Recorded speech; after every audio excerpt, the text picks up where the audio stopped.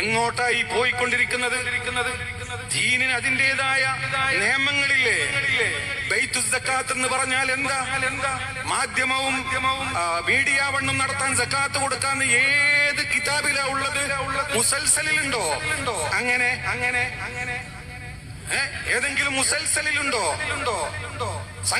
സംഘടിത സക്കാത്ത് ഏത് മദ്ഹബ് അടിസ്ഥാനത്തിലാണ് ജമാഅത്തുകാര് നടത്തുന്നത് എന്ന് പറയാനുള്ള ബാധ്യത അവർക്കില്ലേ? അല്ല, സ്വന്തം ഇജ്തിഹാദിന്റെ അടിസ്ഥാനത്തിലാണോ? ദീന് കൊണ്ട് അമ്മാനമാടുകയോ?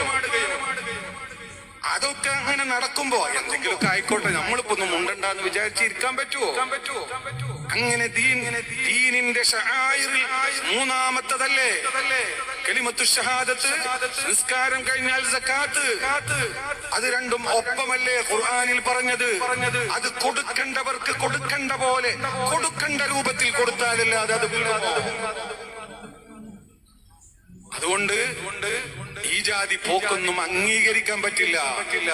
അതുകൊണ്ട് എല്ലാവരും വിഷയത്തിന്റെ ഗൗരവം ഉൾക്കൊണ്ടുകൊണ്ട് അള്ളാഹുവിന്റെ ദീൻ, ആ യഥാർത്ഥ ദീൻ അതിവിടെ നിലനിൽക്കും.